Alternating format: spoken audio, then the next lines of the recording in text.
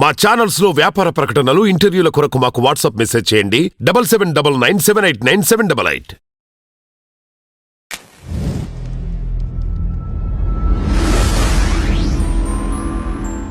తెలంగాణలో వాలంటీర్ వ్యవస్థ వచ్చే అవకాశం ఉంది అని చర్చలు జరుగుతున్నాయి ప్రెసెంట్. అయితే నిజంగానే కాంగ్రెస్ లో వాలంటీర్ వ్యవస్థ వస్తే మేలు ఉండొచ్చు అంటారా? ఈ వాలంటీర్ వ్యవస్థ అన్నది జగన్మోహన్ రెడ్డి తాలూకు అర్ధరహితమైనటువంటి ప్రక్రియ.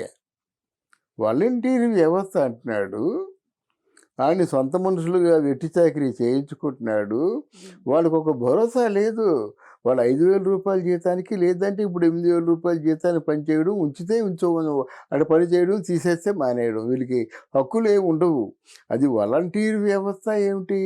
దీనివల్ల ఏమయ్యారంటే చాలామంది గ్రాడ్యుయేట్స్, చాలామంది ఒక పోస్ట్ గ్రాడ్యుయేట్స్ ఏదో ఒక ఉద్యోగం దొరకటం లేదు కదా, ఇంట్లో ఉన్న బాధల కొద్దీ ఎంతో కొంత వస్తుంది కదా అని వాలంటీర్ వ్యవస్థలో చేరుతున్నారు. తర్వాత ఏం చేస్తున్నారు? ఈ 5,000 రూపాయలు సరిపోతాయి. ఇప్పుడు నీ తెల్ల కార్డు ఉంది, అమ్మ తెల్ల కార్డు ఇప్పిస్తున్నాడమ్మా, మీరు తోచినంత ఇవ్వండి అంటాడు. అంటే లంచాలకి వాళ్ళు బానిసలు అయిపోతారు. అలాగే కొంత దందాలు చేయడానికి కూడా బానిసలు అవుతారు. తర్వాత తెల్లవారుజామున 6 గంటలకే ఇంటికి వెళ్ళడం వల్ల, ఒకవేళ ఇంట్లో ఎవరు లేకుండా ఎవరైనా నాకు అమ్మాయి ఉందనుకోండి, అమ్మాయిల మీద అఘాయిత్యం చేయడం, పోనీ అలాగే పెద్ద ఆవిడ మీద కూడా అఘాయిత్యాలు చేయడం, ఇలాగా ఇంట్లో వాళ్ళందరూ ఫోన్ నెంబర్లు, అడ్రస్లు కావాలనడం. ఇంట్లో వాళ్ళ ఫోన్ నెంబర్లతో వాళ్ళకి ఎందుకండి? ఇంట్లో మీ అడ్రస్తో వాడికే పని? ఎందుకు వచ్చావు నువ్వు? ఆ పెన్షన్ డబ్బులు ఇవ్వడానికి వచ్చావు, ఆ డబ్బులు ఇచ్చి వెళ్ళిపో, సంతకం చేయించుకొని. అంతేగాని ఇవన్నీ ఎందుకు అంటే వాలంటీర్ వ్యవస్థ అంతగా భ్రష్టు పట్టిపోయిందన్నమాట. ఆంధ్రాలో ప్రతి తండ్రి తిట్టుకుంటున్నాడు. ఆంధ్రాలో వాలంటీర్లు ఎలా అయిపోయారంటే పూర్తిగా తాగుబోతులు అయిపోయారన్నమాట. సాయంత్రం వరకు తిరగడం, ఎవరో 100 200 ఇస్తే తాగేయడం, ఇలా అయిపోయారన్నమాట. ఇది యథార్థ స్థితి. ఈ స్థితి వల్ల ఒక ప్రమాదం ఉంది. వేరే వాలంటీర్లు ఎందుకమ్మా? ఈ జెండా పట్టుకొని, ఇప్పుడు కాంగ్రెస్ జెండా ఉందనుకోండి, ఈ జెండా పట్టుకొని ఎన్ని లక్షల మంది కార్యకర్తలు పనిచేసి ఉంటారు. నిన్ను ఆ కుర్చీలో కూర్చోబెట్టడానికి ఎన్ని లక్షల మంది పనిచేసి ఉంటారు. మరి వీళ్ళందరూ వాలంటీర్లు కాదా? నువ్వు పేరు పెడుతున్నా కానీ కార్యకర్తలు చేసే పని అదే కదా. ఆ పార్టీకి, ఆ వ్యక్తులకి ఆ పళ్ళకి మోయడమే కదా. తర్వాత నువ్వు వాలంటీర్ వ్యవస్థ పెడితే ఈలాగా 2 లక్షలు 3 లక్షలు 4 లక్షలు అని కాదు. ఇక్కడ ఎంతమంది ఉపయోగపడతారో అంతమందిని పెట్టుకోవాలి ఫస్ట్. రెండోది, వాళ్ళ జీతభత్యాలు వాళ్ళ కుటుంబానికి సరిపడేటువంటి కనీస అవసరాలని తీర్చే విధంగా ఉండాలి. నెంబర్ 2. నెంబర్ 3, ఈ వాలంటీర్ అని చెప్పినప్పుడు ప్రభుత్వం సైడ్ నువ్వు ఇచ్చే భరోసా ఏమిటి? వాళ్ళకి ఏమైనా అపాయింట్మెంట్ ఆర్డర్ ఇస్తున్నావా? వాళ్ళకి ఏమైనా జాబ్ గ్యారంటీ ఇస్తున్నావా? వాళ్ళకి ఏమైనా హక్కులు కల్పిస్తున్నావా? ఇవన్నీ ఆలోచించుకో. లేకపోతే జగన్మోహన్ రెడ్డిని ఎలాగైతే చీకొట్టారో అదే పరిస్థితి వస్తుంది మనకు కూడా. అయితే ఇక్కడ రేవంత్ రెడ్డి తెలివైనడో కానీ వాలంటీర్ వ్యవస్థ అన్నది మాత్రం మంచిది కాదు. మరొకసారి ఆలోచించుకోవాలి. ఎందుకంటే ఈ పార్టీని నమ్ముకొని ఎంతమంది ఉంటారు? మరి వాళ్ళ గతి ఏం కాను, జెండా మొయ్యడమేనా వాళ్ళ గతి? వాళ్ళకి ఏమి ఇస్తున్నారు మీరు? వాళ్ళని ఎందుకు మీరు దగ్గర చేర్చుకోకూడదు? వాళ్ళు రాత్రింబావుళ్ళు పని పాట మానేసి మీ జెండా మోస్తూ మీకోసం ఊరు వాడా తిరిగి మిమ్మల్ని గెలిపించినట్టు వాడి గతేం కాను.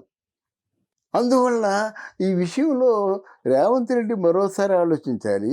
ఒకవేళ కాకనే కాదనేటువంటిది ఎంత ఒక వేరే వ్యామోహం మాట. కాకనే కాదు, మనకు కూడా వాలంటీర్ వ్యవస్థ ఉండాలంటే మరి ఆ వాలంటీర్కి ఎంతవరకు మనం హక్కులు కల్పిస్తున్నాము అని చూసుకోవాలి. వాళ్ళ జీవితాలు బాగుపడాలి. కానీ వాళ్ళ జీవితాలు ఈరోజు రేపు పొద్దున జగన్మోహన్ రెడ్డి కానీ ఒకవేళ ఓడిపోతే ఈ వాలంటీర్లు అందరినీ ఏం చేస్తారు? వీళ్ళు ఎలా ఉంచుతారు? ఉంచితే మాత్రం మరి ఆ పార్టీలో పనిచేసే కార్యకర్తలకి వాళ్ళ జీవనగతి ఏం కావాలి? ఇవన్నీ ఆలోచించుకోవాలి. ఆలోచించకుండా వాళ్ళెవరో వాలంటీర్లు పెట్టారు కనుక మనం వాలంటీర్లు పెట్టేద్దామంటే వాళ్ళ జీవితాలు నాశనం చేసినట్టే కదా. మరి మీరు ఎందుకు నిరుద్యోగులందరికీ కూడా ఉద్యోగ అవకాశాలు ఇస్తామని మీరు అనౌన్స్ చేశారు కదా. మరి ఆ క్వాలిఫికేషన్తో ఉన్న వాళ్ళకి అర్హులైన విద్యార్థులకి ఉద్యోగాలు ఇప్పించండి. మీ పేరు చెప్పుకుంటారు, పలానా వాళ్ళ గవర్నమెంట్లో మాకు ఉద్యోగాలు వచ్చాయని చెప్పేసి. ఆ దిశగా మీరు ఎందుకు ఆలోచించరు? అంటే పోస్ట్ గ్రాడ్యుయేట్ చేసిన వాడేమో 5,000కి పని చేయాలా? మీరు చెప్పిన పని అంతా చేయాలా? అర్ధరాత్రి అపరాత్రి లేకుండా మీరు జై అనమంటే జై అనాలా? పైగా ఒక్కొక్క వాలంటీర్కి కూడా కొన్ని ఒక 1000 మందిని తీసుకొచ్చేటువంటి బాధ్యత అప్పగించారనుకోండి, ఎన్ని పుర్రాకులు పడుతున్నారు వాళ్ళు. ఆ పల్లెటూరు వెళ్ళిపోతున్నారమ్మా, మీ బిర్యానీ ఇస్తారమ్మా, అమ్మ మీకు 300 రూపాయలు ఇస్తారమ్మా, లేదా 500 రూపాయలు ఇస్తారమ్మా అని కాళ్ళు కడుపు పట్టుకొని బ్రతిమాలి లారీల్లో ఎక్కించుకొని వస్తున్నారు. వాళ్ళు మళ్ళీ భద్రతగా చేర్పించారన్నమాట. ఇదే వాలంటీర్ చేయవలసిన పని. ఎన్నాళ్ళు వస్తాయి అలాగా లారీల్లోనూ? మీ పరిపాలన నచ్చి, మీ చేసే సంక్షేమ కార్యక్రమాలు నచ్చి వాళ్ళంతా వాళ్ళు వాలంటీర్గా రావాలి, కానీ వాలంటీర్లు తీసుకొస్తే వచ్చే విధంగా ఉండకూడదని నా తాలూకు అభిప్రాయం. సూచన అది. ఓకే. అందువల్ల మనం ఏం చేస్తామంటే, మనం వీడియో చెప్పుకున్నప్పుడు కూడా నాకు సిద్ధాంతాలు ఏమి లేవు, జెండాలు ఎజెండాలు ఏమి లేవు. జనం గుండె చప్పుడినే మనం వినిపిస్తున్నాం, ప్రజావాక్యాన్నే వినిపిస్తున్నాం, సమాజంలో ఉన్నటువంటి నగ్న సత్యాలనే మాట్లాడుకుంటున్నాం. ఈ విషయాన్ని రేవంత్ రెడ్డి గారు కూడా గమనించాలి.